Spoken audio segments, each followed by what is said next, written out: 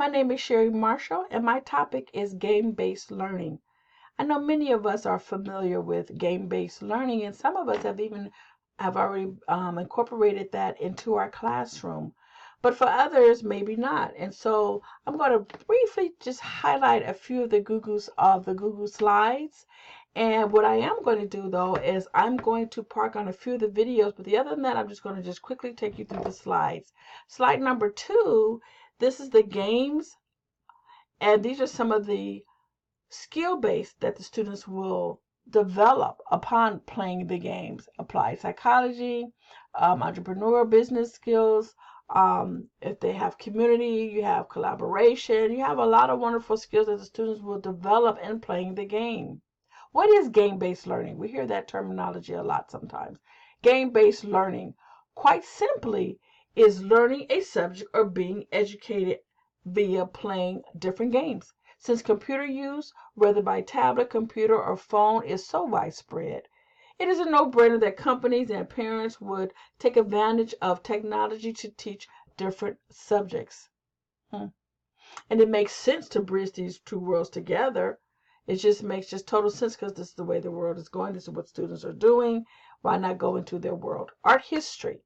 I love this video. In this classroom, students see and hear art history, but in the game, students discover. What is it like to be a patron of the arts? Explore the content behind the artist. And I want to also bring to your attention on some of my Google slides where I have some tips. So be sure to read some of those tips because it's very, can help enhance when you're selecting a game for your particular classroom.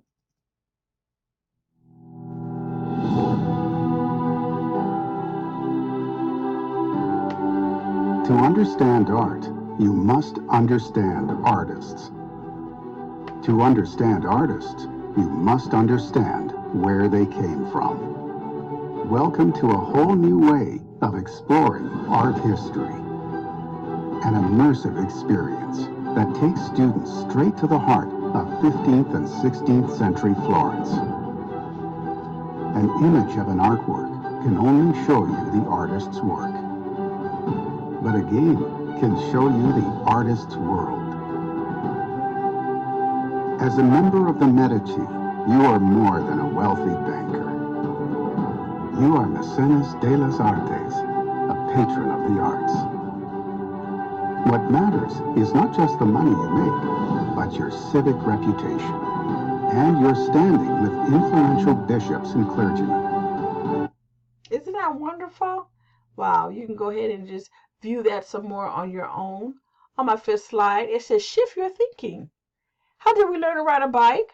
By watching others, by reading about it, by listening to somebody talk about it. We learn about riding a bike by actually doing it.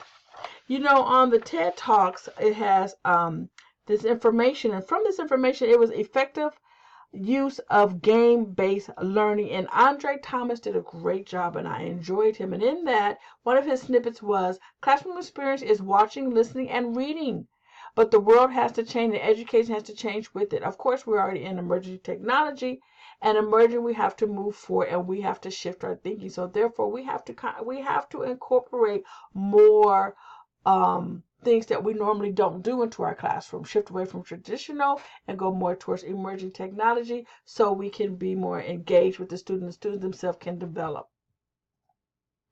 Math. Some teachers may have math. Foundational for all STEM, calculus, highest failure rate. Unfortunately, I'm going to queue up this video. And in doing that, this video also by Transium really wonderfully brings out math and 3D items. From engineering to medicine to 3D graphics, calculus is foundational for all STEM careers. However, calculus courses today have among the highest failure rates of any course on any campus, and there is a growing body of evidence that explicitly ties calculus to attrition in STEM degrees. At Tricium, our team collaborates with educators to address these complex educational issues and transform how students learn. Welcome to Variant Limits, the first in a new series of immersive educational experiences for calculus students. Variant Limits brings calculus to life by transforming abstract ideas into creative and visually engaging challenges. As an explorer on a planet governed by calculus principles, students will discover a vibrant 3D world. Throughout the world, students will overcome obstacles by applying skills and concepts learned in class. Isn't that wonderful? That's very good. Science. The game must be reliable. It must be challenging. That's another tip. I'm just going to show you Legends of Learning games. If you'd like to know more about this, you would click on here and it will take you straight to the link of this information. Also, the CEO and founder, Vandem, he is the one that said that he thought there would be a better way to teach science, to teach students, and he also is a research science himself. If you would like to know more about him, go ahead and click on that link that's right here. First grade game-based learning, Jeopardy, solar system. This is a wonderful little video, just about 4 minutes. And this one right here is a contact pack curriculum-based game with student engagement, a plethora of information right here. So that may suit your fancy if that's your topic, or you can find your topic in that link if you decide to go in that direction. 10 top games that teach English. I'm just going to click on the link, and then I'm clicking on the link. It's a video, and I'm not going to share it that long because Purdue University for Global. time's sake, There's no limit. there are 10 top games that teach English in your spare time. If you decide to read up on this, it's a very good link to keep for your resources. I'm going back to our Google Slides. And our last slide is what educators are saying. We have our pros, we have our cons, we have our pros.